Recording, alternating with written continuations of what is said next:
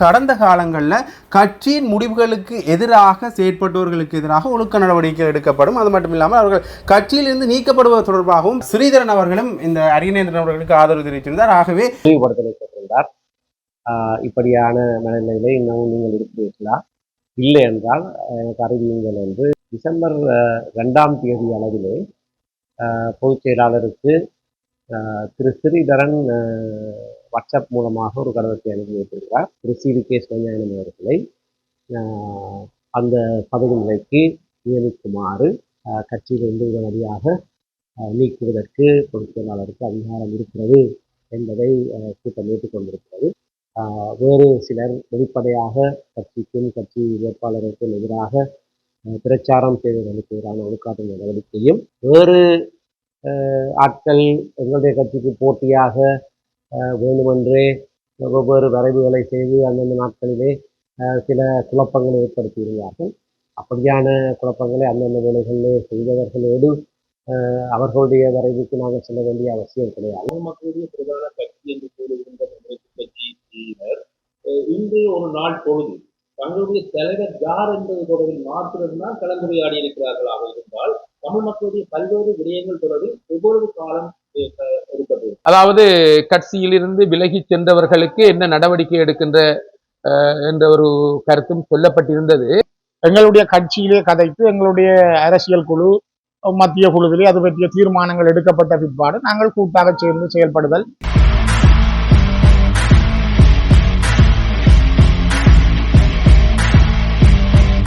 ஜெஃப்னாபடியின் சொந்தங்களுக்கு வணக்கம். இன்றைய தினம் தமிழரசு கட்சியினுடைய மத்திய செயற்குழு கூட்டம் கூடினது. அது தொடர்பாக நாங்கள் முன்னைய காணொலியே சொல்லியிருப்போம். எங்களுடைய அந்த செய்தி குறிப்புகள் சொல்கிற காணொலியில் இதையும் ஒரு விடயமாக நாங்கள் சொல்லியிருப்போம். முழுமையான காணொலியையும் நாங்கள் இன்றைக்கு தருவோம் என்று சொல்லியிருப்போம். அந்த வகையில் முழுமையான காணொலியை தருவதற்காகத்தான் இருக்கிறோம். அதில் என்ன விஷயங்கள் நடந்திருக்கின்றதை சின்னதாக பார்ப்போம். அதில் முக்கியமாக இந்த மத்திய செயற்குழு கூடியதென்ற நோக்கம் என்னென்னா இந்த தலைவர் தெரிவு தொடர்பாக பேசுவதற்காகத்தான். இருந்தாலும் கூட இங்கே தலைவர் தெரிவு தொடர்பாக எந்த ஒரு முடிவும் ஏகமனதாக எட்டப்படவில்லை. இதில் வேறு எந்த விஷயங்களும் கலந்துரையாடப்படவில்லை. கிட்டத்தட்ட 5 மணி நேரங்களாக இந்த கலந்துரையாடல் நடந்தது. இதில் முன்னே நேரம் ஒரு சில நடந்தது. அதுக்கு பிறகு கூட்டம் தொடங்கின பிறகு 5 மணி நேரம் இந்த கூட்டம் நடந்தது. அதில் எந்த ஒரு முடிவுகளும் எட்டப்படவில்லை. இந்த தலைவர் தொடர் சம்பந்தமாக எந்த ஒரு முடிவுகளும் எட்டப்படவில்லை. இது சம்பந்தமாக சுமந்திரன் அவர்கள் ஊடகங்களுக்கு சொல்லிக்க என்ன விடயத்தை சொன்னான்னு பார்த்தீங்கன்னா இந்த ஒரு முடிவு எட்டப்படையில் இன்னும் ஒரு முறை இது தொடர்பாக பரிசீலிக்கலாம் என்பது தொடர்பாக பேசியிருந்தால் அதில் மாவை சேனாதிராஜா தன்னுடைய ராஜினாமா கடிதத்தை தான் வாபஸ் பெறுவது போன்ற பொருள்பட அவர் கழிச்சிருந்தவர். மீண்டும் தான் தலைவராக இருப்பது என்கின்ற பொருள்பட அவர் கழிச்சிருந்தவர். அதுக்கு எதிரான சில வாத பிரதிவாதங்களும் முன்வைக்கப்பட்டது. மாவை சேனாதிராஜாவுடைய கடிதம் வாபஸ் பெறப்படக்கூடாது, புதிய தலைவர் தெரிவு செய்யப்பட வேண்டும் என்கின்ற பொருள்படவும் அங்கே பேசப்பட்டது. இப்படியாக நிறைய விடயங்கள் இந்த மத்திய செயற்குழு கூட்டத்தில் இந்த தலைவர் தெரிவு தொடர்பாக பேசப்பட்டிருக்கின்றது. அந்த வகையில் எந்த ஒரு தலைவரும் இதில் தெரிவு செய்யப்படவில்லை. அடுத்ததாக சுமந்திரன் அவர்கள் கூறுகின்ற பொழுது இன்னொரு முக்கியமான விடயத்தையும் கொண்டார் பார்த்தீங்கன்னா கடந்த காலங்களில் கட்சியின் முடிவுகளுக்கு எதிராக செயற்பட்டவர்களுக்கு எதிராக ஒழுக்க நடவடிக்கை எடுக்கப்படும். அது மட்டும் இல்லாமல் அவர்கள் கட்சியிலிருந்து நீக்கப்படுவது தொடர்பாகவும் பேசப்பட்டது என்கின்ற பொருள்பட அவர் கழிச்சிருந்தார். அதிலேயும் அவர் சொல்லியிருக்க குறிப்பாக இந்த முன்னைய தேர்தலில் அந்த ஜனாதிபதி தேர்தலில் சைத் பிரேமதாசனுடைய கட்சியின் நிலைப்பாட்டை தான் தமிழரசு கட்சி எடுத்திருந்தது. அவர்களுக்கு ஆதரவு நிலைப்பாட்டை எடுத்த பட்சத்தில் தமிழரசு கட்சியை விடுத்து, அதாவது தமிழரசு கட்சியில் இருந்த ஒருவரே சுயேட்சையாக போட்டிட்டார். அரியநேந்திரன் சுயேட்சையாக போட்டிட்டார். அவருக்கும் தமிழரசு கட்சியில் இருந்த சிலர் ஆதரவை தெரிவிச்சிருந்தார்கள். அந்த வகையில் இதில் பெருமெடுப்பில் ஆதரவு தெரிவித்தது யாருன்னு பார்த்தீங்கன்னா ஸ்ரீதரன் அவர்களும் இந்த அரியநேந்திரன் அவர்களுக்கு ஆதரவு தெரிவித்திருந்தார். ஆகவே இந்த நிலைப்பாட்டில் கட்சி நிலைப்பாட்டை விடுத்து செயற்பட்ட காரணத்தினால ஸ்ரீதரனுக்கும் இதில் அவர்கள் ஒழுக்காற்று நடவடிக்கை எடுப்பார்களா அல்லது கட்சி நீக்கம் இடம்பெறுமா என்பது தொடர்பாக நாங்கள் பொறுத்திருந்தான் பார்க்கணும். இது தொடர்பாக எந்த ஒரு விடயத்தையும் அவர் கூறவில்லை. பொதுவாக தான் சொன்னார் இவர்களுக்கு எதிராக நடவடிக்கை எடுக்கப்படும் என்று பொதுவாக சொல்லியிருந்தார். அது மட்டும் இல்லாமல் இன்னொரு முக்கியமான விடயத்தை பார்க்கணும். இந்த கட்சியிலேருந்து விலகி பாராளுமன்ற தேர்தலில் மீண்டும் புதிய கட்சியில் அவர்கள் பாராளுமன்ற தேர்தலில் போட்டியிட்டார்கள். அவர்களுக்கு எதிராக நடவடிக்கை எடுக்கப்பட போகின்றதையும் நாங்கள் பொறுத்திருந்தான் பார்க்கணும். ஸ்ரீநேசர் இந்த விடயம் தொடர்பாக பேசுகின்ற பொழுது என்ன விடயத்தை சொல்லியிருக்கிறாங்க, இது தொடர்பாக நாங்கள் கட்சியில் பேசியிருக்கிறோம். அதாவது கட்சிக்கு எதிராக செயற்பட்டவர்களுக்கு ஒழுக்காற்று நடவடிக்கை அல்லது கட்சியிலிருந்து நீக்கப்படுவார்கள் என்று இந்த குழு மத்திய செயற்குழு கூட்டத்தில் ஒவ்வொரு பேரும் தங்களோட கருத்துக்களை முன்வைச்சிருக்கிறார்கள். ஆனால் ஏகமனதாக இந்த ஒரு முடிவும் இது பற்றி எடுக்கப்படவில்லை என்ற பொருள்பட அவர் காய்ச்சிருக்கிறார். உண்மையிலேயே இது ஒரு இந்த மத்திய செயற்குழு கூட்டம் கூடினதும் இந்த வாத பிரதிவாதங்கள் நடந்ததுதான் இங்கே பெருமெடுப்பில் பேசப்பட்டதை தவிர இதில் எந்த ஒரு முடிவுகளும் எட்டப்படையில்லை. ஆகவே இதோட முழுமையான காலையை நான் இதோட நினைக்கிறேன், பார்த்துக்கொள்ளுங்க. அனைவருக்கும் வணக்கம். இலங்கை தமிழரசு கட்சியினுடைய மத்திய செயற்குழு இன்று காலை 10 மணிக்கு வவுனியாவிலே வழக்கம் போல கூடியது. 10:30 வரைக்கும் பொறுத்திருந்து இந்த கட்சி கூட்டத்துக்கு தலைமை தாங்குவது யார் என்கின்ற ஒரு கேள்வி எழுந்த நிலையிலே கட்சி தலைவராக இதுகால வரைக்கும் செயற்பட்டு இப்பொழுது தான் ராஜினாமா செய்வதாக அறிவித்திருந்த திரு மாவை சேனாதிராஜாவும் வரும் வரைக்கும் பொறுத்திருக்கும்படியாக கேட்டுக்கொண்டிருக்கிறவங்க பொறுத்திருந்து அவரும் வந்த பிறகு யார் தலைமை தாங்குவது என்ற கேள்வி எழுந்தது. ஏனென்றால் அக்டோபர் மாதத்திலே அவர் ராஜினாமா செய்திருந்தார். அதன் பிறகு தேர்தலுக்கு பிறகு ஒரு வார காலத்துக்கு பிறகு நடைபெற்ற அரசியல் குழு கூட்டத்திலே பொதுச் செயலாளர் அவர்களுக்கு ஒரு விளக்கத்தை கேட்டிருந்தார். விளக்கம் இல்லை, தெளிவுபடுத்தலை கேட்டிருந்தார். இப்படியான மனநிலையிலே இன்னமும் நீங்கள் இருக்கிறீர்களா, இல்லை என்றால் எனக்கு அறிவியுங்கள் என்று பதிவு தபாலிலையும் அவருக்கு அனுப்பி அந்த கூட்டத்திலையும் அவருக்கு கடிதத்தை கையளித்து வினவியிருந்தார். அவர் அதற்கு பதில் சொல்லி இருக்கவில்லை. ஆகையினாலே பொதுச் செயலாளர் அவருடைய ராஜினாமா நடைமுறைக்கு வந்ததாக எடுத்துக்கொண்டு அடுத்தடுத்த நடவடிக்கையை செய்வதாக அவருக்கு அறிவித்திருக்கிறார். ஆனால் அதற்கு பிறகு டிசம்பர் 2ஆம் தேதி அளவிலே பொதுச் செயலாளருக்கு திரு ஸ்ரீதரன் வாட்ஸ்அப் மூலமாக ஒரு கடிதத்தை அனுப்பி வைத்திருக்கிறார். அது திரு மாவை சேனாதிராஜா கையெழுத்திட்டதாக காட்டப்படுகிற ஒரு கடிதம். அக்டோபர் 25ஆம் தேதி தேதியிடப்பட்டு டெக்டேட் பண்ணப்பட்டு அனுப்பப்பட்ட ஒரு கடிதம். அதிலே தன்னுடைய ராஜினாமை தான் மீள கைவாங்குவதாக அவர் சொல்லியிருப்பதாக கூறப்பட்டிருக்கிறது. அதற்கு அடுத்த நாள் திரு சேனாதிராஜாவும் பொதுச் செயலாளருக்கு அந்த கடிதத்தை அனுப்பியிருக்கிறார். ஆகவே இன்றைய கூட்டத்திலே அவர் ராஜினாமா செய்திருக்கிற காரணத்தினாலே அடுத்த மாநாடு வரைக்கும் எஞ்சியிருக்கிற காலத்துக்கு மத்திய செயற்குழு ஒருவரை தலைவராக நியமிக்க முடியும் என்று அவருடைய யாப்பு கூறியதன் அடிப்படையிலே சிரேஷ்ட துணைத் தலைவர் திரு CVK சிவஞானம் அவர்களை அந்த பதவி நிலைக்கு நியமிக்குமாறு முன்மொழியப்பட்டு வழிமொழியப்பட்டது. ஆனால் அதை தொடர்ந்து இல்லை, திரு சேனாதிராஜா தன்னுடைய ராஜினாமாவை வாபஸ் பெற்றிருக்கிறார் என்ற காரணத்தினாலே அவர் தொடர்ந்து இருக்க வேண்டும் என்கின்ற இன்னொரு மாற்று முன்மொழிவும் வழிமொழியப்பட்டது. இது சம்பந்தமாக 4 மணிக்கு கூடுதலாக இதுவரைக்கும் விவாதங்கள் கூட்டத்தில் நடைபெற்றது. ராஜினாமா கடிதம் அனுப்பிய உடனேயே அதை ஏற்றுக்கொள்ளப்பட வேண்டிய அவசியம் கிடையாது, அது நடைமுறைக்கு வந்துவிட்டது என்கிறது ஒரு வாதம். அவர் இல்லை, தான் அதனை மீளப் பெறுகிறார் என்று சொன்னால் அதை மத்திய செயற்குழு ஏற்றுக்கொள்ளுகிறதா இல்லையா என்கின்ற இன்னொரு வாதம். அதை வாக்கெடுப்புக்கு விடும்படியாக அவருடைய ராஜினாமை கொண்டு விட்டோம் என்று சொல்லுகிற தரப்பினர் கேட்டுக்கொண்டிருந்தார்கள். ஆனால் இறுதியிலே அந்த வாக்கெடுப்புக்கு இன்னொரு கூட்டத்தை தெரிவிப்பதாக இன்னொரு கூட்டத்தை கூட்டி அவருடைய ராஜினாமாவை கட்சி ஏற்றுக்கொண்டது என்ற நிலைப்பாட்டுக்கும் இல்லை, அவரை தொடர்ந்து தலைவராக இருக்க மத்திய செயற்குழு ஒரு வேண்டுகோள் செய்கிறது என்கின்ற நிலைப்பாட்டுக்கு இடையிலான பிரச்சனையை தீர்ப்பதற்காக இன்னொரு கூட்டம் கூடுவதாக முடிவு செய்யப்பட்டிருக்கிறது. ஆகையினாலே இன்றைய கூட்டம் அந்த ஒரு விடயம் சம்பந்தமாக மட்டும் பேசப்பட்டு கலங்கியிருக்கிறது.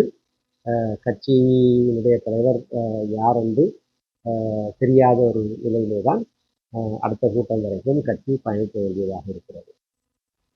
ஆனால் அதே வேளையிலே கட்சிக்கு எதிராக தேர்தலிலே போட்டியிட்டவர்கள் வேறு கட்சிகளோடு சேர்த்து குழுக்களோடு நேரடியாகவே போட்டியிட்டவர்களை கட்சியிலிருந்து உடனடியாக நீக்குவதற்கு பொதுச் செயலாளருக்கு அதிகாரம் இருக்கிறது என்பதை கூட்டம் ஏற்றுக்கொண்டிருக்கிறது. அதை பொதுச் செயலாளர் வருகிற நாட்களிலே செய்வார். வேறு சிலர் வெளிப்படையாக கட்சிக்கும் கட்சி வேட்பாளருக்கும் எதிராக பிரச்சாரம் செய்வதற்கு எதிரான ஒழுக்காற்று நடவடிக்கையும் எடுக்கப்படும். சிலர் அதுவரைக்கும் அந்த ஒழுக்காற்று நடவடிக்கை முடிவதற்கும் கட்சி நடவடிக்கைகளிலிருந்து இடைநிறுத்தப்படுவார்கள். அப்படியான வேறு சில விடயங்களோடு கூட்டம் நிறைவடைந்திருக்கிறது. அடுத்த கூட்ட திகதி என்னவென்று பொதுச் செயலாளர் மத்திய அறிவிப்பார். அன்றைய தினம் நான் கட்சி தலைவராக யார் எஞ்சிய காலத்துக்கு யார் இருப்பது என்பது சம்பந்தமான தீர்மானம் மத்திய செயற்குழு எடுக்கும். செல்லும் அழைக்கநாதனும் பயங்கரமா பொன்னம்பலம் அவர்களும் பயணிப்பது தொடர்பாக இணைந்து பயணிப்பது தொடர்பாக கலந்துரையாடி இருக்கிறார்கள். குறிப்பாக தமிழக கட்சி இணைக்க வேண்டும் என்கிறார்கள். தமிழக கட்சியும் அதோடு இணைந்து ஒரு நல்ல ஒரு பயணத்தை மேற்கொள்வதற்கு வாய்ப்பு இருக்கிறதா? அது தொடர்பாக கலந்துரையாடி அதற்கு இன்றைய கலந்துரையாடவில்லை. அது சம்பந்தமாக மத்திய செயற்குழுதான் தீர்மானங்கள் எடுக்க வேண்டும். ஏனென்றால் கடந்த காலங்களிலே அரசியலமைப்பு உருவாக்கம் சம்பந்தமான விடயத்திலே இலங்கை தமிழரசு கட்சி தீர்க்கமான நிலைப்பாடுகள் எடுத்திருப்பது. சில வரைவுகள் செய்யப்பட்டிருக்கின்றன. சில வரைவுகளோடு நாங்கள் இணங்கி இருக்கிறோம். ஆகையினாலே அது எங்களுடைய நிலைப்பாடு. அதைத் தொடர்ந்து கோட்டாபய ராஜபக்ச காலத்திலே அவர் நியமித்த குழுவுக்கு முன்பாகவும் நாங்கள் சென்று எங்களுடைய நிலைப்பாட்டை எழுத்து மூலமாக அறிவித்திருக்கிறோம். அது எங்களுடைய கட்சியுடைய நிலைப்பாடு. ஆகவே அப்படியான நிலைப்பாட்டோடு ஒத்து வருகிறவர்கள் எங்களுடைய கட்சியின் நிலைப்பாட்டோடு ஒத்து வருவதில் எங்களுக்கு எந்த விதமான ஆட்சேபனையும் கிடையாது. ஆனால் வேறு ஆட்கள் எங்களுடைய கட்சிக்கு போட்டியாக வேண்டுமென்றே வெவ்வேறு வரைவுகளை செய்து அந்தந்த நாட்களிலே சில குழப்பங்களை ஏற்படுத்தியிருந்தார்கள். அப்படியான குழப்பங்களை அந்தந்த வேலைகளிலே செய்தவர்களோடு அவர்களுடைய வரைவுக்கு நாங்கள் செல்ல வேண்டிய அவசியம் கிடையாது. இலங்கை தமிழரசு கட்சி மக்களுடைய பிரதான கட்சி. இந்த தேர்தலிலையும் கூட வடக்கு கிழக்கிலே சகல மாவட்டங்களில் இருந்தும் பிரதிநிதிகளை தெரிவு செய்து கொண்டிருக்கிற ஒரே ஒரு கட்சி இலங்கை தமிழரசு கட்சி மட்டுமே. ஆகையினாலே இலங்கை தமிழரசு கட்சி மக்கள் கொடுத்த அந்த ஆணையை நாங்கள் மீறி செயற்பட மாட்டோம். அதை நிராகரித்து வேறு நிலைப்பாடுகளுக்குள்ளே நாங்கள் போக மாட்டோம். ஆனால் மற்றவர்கள் எங்களுடைய நிலைப்பாட்டோடு மக்கள் எங்களுக்கு கொடுத்திருக்கிற ஆணையோடு சேர்ந்து செயற்பட முன் வந்தால் அதில் எங்களுக்கு எந்த விதமான ஆட்சேபனையும் இருக்க போவதில்லை. பாராளுமன்ற உறுப்பினர் ஸ்ரீதரன் அவர்கள் தெரிவித்ததாக உள்ளாட்சி மன்றத்திலே தனித்து தான் போட்டியிடுவோம். அது கட்சியினால் எடுக்கப்பட்ட ஒரு தீர்மானமா? கட்சியினால் ஏற்கனவே எடுக்கப்பட்ட தீர்மானம் அது. அது உள்ளூராட்சி மன்ற தேர்தலிலே நாங்கள் நியமனங்கள் கொடுப்பதற்கு முன்னதாக கட்சி எடுத்த தீர்மானம் தவறாக ஒரு புரிதலோடு வெளிப்பட்டிருந்தது. நாங்கள் எடுத்த தீர்மானம் என்னவென்று சொன்னால், இப்பொழுது இருக்கிற தேர்தல் முறையின்படி ஒரு கட்சி போட்டியிடுவதை தவிர ஒரே அணியில இருந்து 2 அல்லது 3 கட்சிகள் போட்டியிடுவது சால சிறந்தது. அப்படியாக இருந்தால்தான் பெரும்பான்மையை பெற முடியும். அதை ஒரு சிபாரிசாகத்தான் நாங்கள் எங்களுடைய பங்காளி கட்சிகளுக்கு சொல்லியிருந்தோம். அவர்களும் அதை ஏற்றுக்கொண்டால் தான் அதை நடைமுறைப்படுத்துவதாக மட்டக்களப்பிலே நடந்த எங்களுடைய மத்திய செயற்குழு கூட்டத்தை வேகமனதாக ஒரு முடிவெடுக்கப்பட்டது. அதை பங்காளி கட்சிகள் ஏற்றுக்கொள்ளவில்லை. அவர்கள் நாங்கள் தனித்து அல்லது வேறு ஆட்களோடு சேர்ந்து பயணிப்போம் என்று சொல்லி அவர்கள் எடுத்த முடிவின் காரணமாக இலங்கை தமிழரசு கட்சி தனித்து போட்டியிடுகிற சூழ்நிலை ஏற்பட்டது. நாங்கள் ஏற்கனவே தாக்கல் செய்திருக்கிற வேட்புமனுக்களும் அப்படியாகத்தான் தாக்கல் செய்யப்பட்டிருக்கிறது. ஆகவே அது கட்சி ஏற்கனவே எடுத்த ஒரு முடிவாகத்தான் இருக்கிறது. தமிழரசு கட்சி அதனை ஏற்றுக்கொள்ள தமிழரசு கட்சி தான் தமிழ் மக்களுக்கான தீர்வு திட்டத்தை மக்களுடைய ஆதரவோடு முன்வைக்கிற அரசியல் கட்சி. மக்கள் யாரை தெரிவு செய்கிறார்களோ, யாருக்கு அந்த ஆணையை கொடுக்கிறார்களோ அந்த கட்சிக்குத்தான் அந்த பொறுப்பு இருக்கிறது. தங்களுடைய சுய விருப்பின்படி சேர்ந்து யாராவது ஏதாவது வரைவுகளை முன்வைத்தால் அது அவர்களுடைய விருப்பம். அதிலே நல்ல விடயங்கள் இருந்தால் நாங்கள் அதனை ஆராய்ந்து பார்ப்போம். ஆனால் மக்களுடைய சார்பிலே தீர்வு திட்டத்தை முன்வைப்பதற்கு இன்று வரைக்கும் இலங்கை தமிழரசு கட்சிக்குத்தான் தமிழ் மக்கள் வடக்கிலையும் கிழக்கிலையும் ஆணை கொடுத்திருக்கிறார்கள். ஆகையினாலே எங்களுடைய தீர்வு திட்ட வரவைத்தான் நாங்கள் முன்னெடுப்போம்.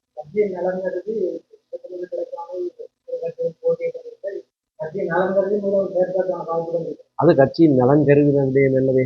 கட்சியின் நலன் கருதி செயற்பட்டவர்கள் வேறு கட்சியிலே சேர்ந்து கட்சிக்கு எதிராக தேர்தலில் போட்டியிட்டு இருக்க மாட்டார்கள். அவர்கள் கட்சி எக்கேடு கெட்டு போனாலும் பரவாயில்லை, கட்சியுடைய வாக்கு சரியை ஏற்படுத்த வேண்டும் என்று முனைப்பாக ஒரு ஆசனம் கிடைக்கவில்லை என்ற ஒரு காரணத்திற்காக கட்சிக்கு எதிராக செயற்பட்டவர்கள்.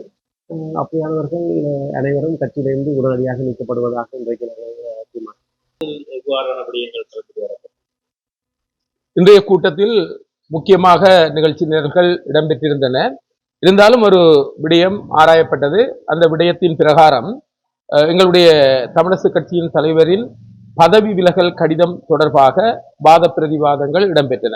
அதாவது அந்த கடிதத்தை அவர் அனுப்பியதன் பின்னர் அந்த கடிதத்திலிருந்து பதவி விலகல் கடிதத்திலிருந்து அவர் வாபஸ் பெறுவதாக சொல்லியிருந்தார். அதன்படி மீண்டும் தலைவராக இருப்பதற்கான சம்மதத்தை தெரிவித்திருந்தார். அது தொடர்பாக எங்களுடைய கட்சி உறுப்பினர்கள் மத்தியில் 2 கருத்துக்கள் இருந்தன. அந்த கருத்துக்களின் அடிப்படையில் அவர் பதவி வகிக்க வேண்டும் என்ற ஒரு கருத்தும், அல்லது அவர் ராஜினாமா கடிதம் கொடுத்ததன் பிரகாரம் பதவியிலிருந்து விடுபட வேண்டும் என்ற கருத்தும் இருந்தது. அந்த வாத பிரதிவாதங்கள் ஒரு ஜனநாயக கட்சி என்ற அடிப்படையில் தொடர்ச்சியாக அந்த வாத பிரதிவாதங்கள் நடைபெற்றது. இருந்தாலும் ஒரு தீர்க்கமான ஒரு முடிவை எட்ட முடியவில்லை என்ற 2 பக்கமும் கருத்துக்கள் இருந்தன. எனவே ஒரு ஜனநாயக ரீதியான கட்சியில் ஒரு சர்வாதிகார ரீதியாக எந்த ஒரு முடிவையும் எடுக்க முடியாது என்ற அடிப்படையில் அது பற்றிய இன்றைய நிகழ்ச்சி நேரில் அந்த விடயம், அவருடைய பதவி விலகல் சம்பந்தமான விடயம் எடுத்துக்கொள்ளப்படவில்லை. எனவே அந்த விடயத்தை மீண்டும் ஒரு திகதியில், நான் நினைக்கிறேன் வருகின்ற 28ஆம் தேதி வரை ஒத்திவைக்கப்பட்டிருக்கின்றது. அந்த கூட்டத்தில் நிகழ்ச்சி நிரலில் அந்த விடயத்தை கொண்டு வந்து அந்த விடயத்தை பற்றி ஆராய்வதென்று முடிவெடுக்கப்பட்டிருக்கிறது. இன்றைய நிலையில் எடுத்துக்கொள்ளப்பட்ட விடயங்கள் மற்ற விடயங்கள் கவனத்தில் கொள்ளப்படவில்லை என்றுதான் சொல்ல வேண்டும். என்றால் இந்த விடயம் 2 பக்கமும் ஒரு வாத பிரதிவாதங்களை ஏற்படுத்தி கொண்டிருந்ததன் காரணமாக அடுத்த நிகழ்ச்சி விடயங்களுக்கு செல்ல முடியாத ஒரு நிலைமை காணப்பட்டது. இதன் காரணமாக இன்றைய நிகழ்ச்சியினரில் கூடுதலாக தலைவரின் ராஜினாமா கடிதம் தொடர்பான விடயமும் இடம்பெற்றதோடு மட்டுமல்லாமல் இந்த கடந்த தேர்தலில் நடைபெற்ற பின்னடைவுகள், குறிப்பாக வடமாகாணத்தில் இடம்பெற்ற பின்னடைவுகள் பற்றியும் கருத்துக்கள் பரிமாறப்பட்டன. அதற்கு 2 விதமான காரணங்கள் சொல்லப்பட்டன. ஒரு காரணம் பதவி விலகல் சம்பந்தமாக சொல்லப்பட்டிருந்தாலும் கூட இதைவிட இன்னும் காரணங்கள் இருக்கின்றன. அந்த காரணங்களை ஒரு ஆய்வுக்குழு மூலமாக, ஒரு சுயாதீனமான நடுநிலையான ஆய்வுக்குழு மூலமாக ஆராய்ந்து அறிக்கைப்படுத்தியதன் பின்னர் தான் அதை பற்றி சொல்ல வேண்டும். ஏனென்றால் ஒவ்வொருவரும் கருத்துக்கள் சுயசார்புடையதாக இருக்கக்கூடிய ஒரு நிலைமை இருக்கின்றபடியால் அதனை ஒரு ஆய்வுக்குழுவுக்கு உட்படுத்தி செய்தால் அது பொருத்தமாக இருக்கும் என்ற கருத்து அங்கு பிரதிபலித்தது. குறிப்பாக தமிழ் மக்களுடைய பிரதான கட்சி என்று கூறுகின்ற தமிழரசு கட்சியினர் இன்று ஒரு நாள் பொழுது தங்களுடைய தலைவர் யார் என்பது தொடர்பில் மாத்திரம்தான் கலந்துரையாடி இருக்கிறார்களாக இருந்தால் தமிழ் மக்களுடைய பல்வேறு விடயங்கள் தொடர்பில் ஒவ்வொரு காலம் எடுக்கப்படும். உண்மையில் நல்ல கேள்வி உங்களுடைய கேள்வி. ஏனென்றால் இந்த விடயம் உண்மையில் நிகழ்ச்சி நிலையில் இடம்பெறாத விடயம். ஆகவே சாதகமான கருத்துக்கள் பாதகமான கருத்துக்கள் இருந்ததன் காரணமாக இதனை விட்டு அடுத்த விடயத்திற்கு செல்ல முடியாத ஒரு நிலைமை ஒன்று காணப்பட்டபடியால் இன்று அதனை பேசி தீர்க்கலாம் என்று சொன்னால் ஒவ்வொரு சாராரும் சொல்லுகின்ற கருத்துக்கள் பொதுமையான ஒரு இடத்திற்கு வரவில்லை. அதன் காரணமாகத்தான் இந்த வாத பிரதிவாதங்கள் தொடர்ந்தன. அந்த விடயத்திலிருந்து அடுத்த விடயத்திற்கு செல்வதற்கு ஒரு கால விரயம் ஏற்பட்டது உண்மைதான். ஆனாலும் கூட நீங்கள் சொல்லுகின்ற விடயம் தமிழ் மக்களோட பிரச்சனை சம்பந்தமான விடயங்களிலும் நாங்கள் ஒரு தீர்க்கமான தீர்வு எட்டுவதற்கு காலதாமதம் ஏற்படுவதற்கு இது ஒரு உதாரணமாக இருக்கலாம் என்று நீங்கள் சுட்டிக்காட்டி இருக்கின்றீர்கள்.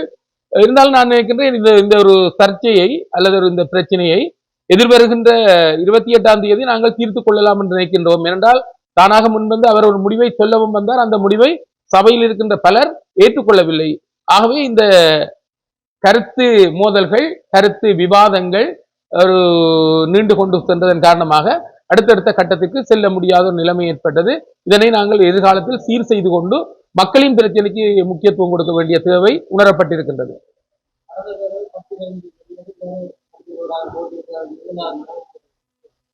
அந்த கருத்தும் சொல்லப்பட்டது.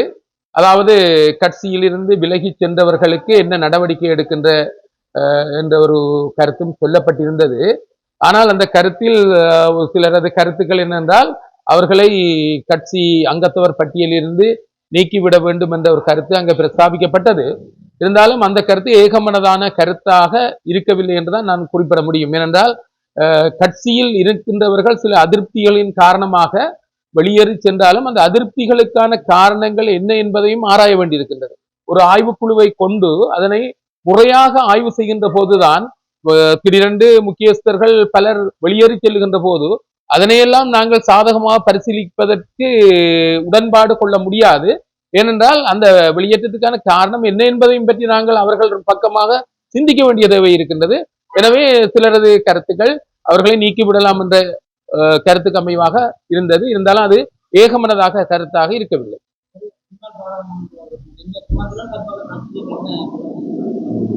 உண்மையில் எனக்கு அளிக்கப்பட்ட பதவி பாராளுமன்ற குழு இருக்கின்றது. அந்த குழுவில் என்னை பேச்சாளராக நியமித்திருக்கின்றார்கள்.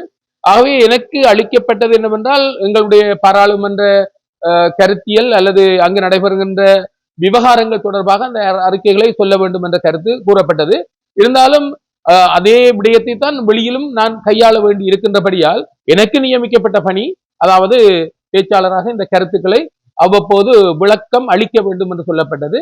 ஆகவே என்னை பற்றி நான் சொல்லுகின்றேன், அவரை பற்றி நான் சொல்ல விரும்பவில்லை. ஆகவே எனது கருத்து இந்த கட்சி விவகாரங்களை பற்றி வெளியிடுவது என்னுடைய பணியாக இருக்கும்.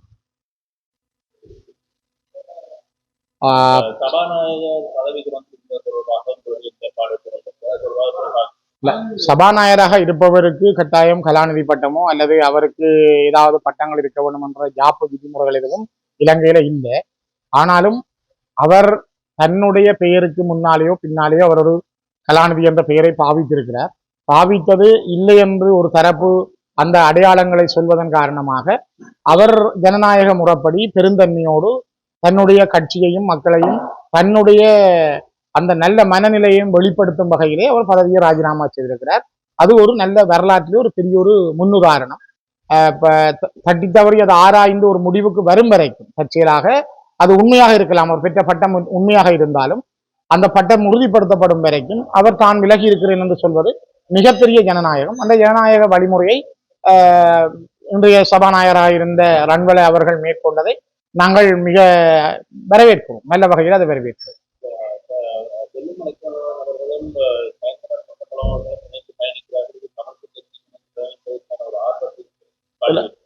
எங்களுக்கு இணைந்து பயணிக்கிறார்களா இல்லையான்னு எங்களுக்கு தெரியாது. நாங்கள் கூடுதலாக எங்களுடைய கட்சியிலே கதைத்து எங்களுடைய அரசியல் குழு மத்திய குழுவிலே அது பற்றிய தீர்மானங்கள் எடுக்கப்பட்ட பிற்பாடு நாங்கள் கூட்டாக சேர்ந்து செயல்படுதல், எப்படி இணைந்து செயல்படுகின்ற விடயங்கள் தொடர்பிலே பேசுவோம். அதுக்காக நாங்கள் யாரையும் வெளியிலே விடவில்லை. இப்பொழுதும் ஒற்றுமையாக பலமாக சேர்வதற்கான கோரிக்கைகளை முன்வைக்கிறோம். ஏற்கனவே உங்களுக்கு தெரியும், தேர்தலுக்கு முதலும் பகிரங்கமாக அந்த கோரிக்கையை முன்வைத்தவர்கள் எங்களுடைய கட்சி. நான் எல்லா பொது தேர்தல், இந்த பாராளுமன்ற பொதுத் தேர்தல் நடைபெறுகின்ற பொழுது எல்லா மேடைகளிலும் மிக தெளிவாக சொல்லியிருந்தேன், எங்களுடைய கட்சியை பலப்படுத்துவதற்கும் கூட்டமைப்பை உருவாக்கி மக்களிடம் கொண்டு செல்வதற்கும் ஆணைதாருங்கள் என்று மக்கள் எனக்கும் ஒரு ஆணை தந்திருக்கிறார்கள். அதற்காக நான் தனி மனிதனாக அதனை செய்ய முடியாது. எங்களுடைய கட்சியினுடைய மத்திய குழு ஏனைய உயர்மட்ட குழுக்களுடைய கூட்டு முடிவின் பிரகாரம் நாங்கள் அந்த ஒற்றுமைக்கான பாலத்தையும் பயணத்தையும் மேற்கொள்வோம். நேற்றைய தினம் யாழ் மாவட்ட அபிவிருத்தி குழு கூட்டத்திலே அரசு மாவட்டத்திற்கும் அந்த அரசு அதிகாரிகளுக்கு இடம்பெற்ற ஒரு முரண்பாடான நிலைமை காணப்பட்டதாக தெரிவிக்கப்படுகிறது. ஒரு பாராளுமன்ற உறுப்பினராக நீங்கள் எவ்வாறு பார்க்கிறீர்கள்? அரசு அதிகாரிகளாக இருப்பவர்கள் எங்களை விட கூட கல்வித்தரத்திலே கூடியவர்கள் இருக்கிறார்கள். அறிவுபூர்வமாக அவர்கள் படித்துத்தான் அந்த பதவி நிலைகளுக்கு வந்திருக்கிறார்கள். ஏன் நீங்கள் கூட ஊடகவியலாளர்கள், எங்களை விட ஊடகத்துறையில உங்களுக்கு அறிவு கூட இருக்கும். ஆகவே என்னை பொறுத்த வரைக்கும் நாங்கள் அவர்களை அணுகுவதற்கான முறை இருக்கிறது. அது ஒரு மனிதாபிமானம். அந்த மனிதாபிமானத்தையும் ஒரு மனித மூலதனத்தை எவ்வாறு பயன்படுத்துதல் என்பது தொடர்பிலே நாங்கள் மிக கண்ணியத்தோடும் பொறுப்போடும் நடக்க வேண்டும். அந்த பொறுப்போடும் கண்ணியத்தோடும் எங்களுடைய கட்சி பல காலமும் நடந்திருக்கிறது. தொடர்ந்தும் அந்த பொறுப்போடும் கண்ணியத்தோடும் எங்களுடைய அரசு ஊழியர்களை நாங்கள் அணுகி செயல்படுவோம்.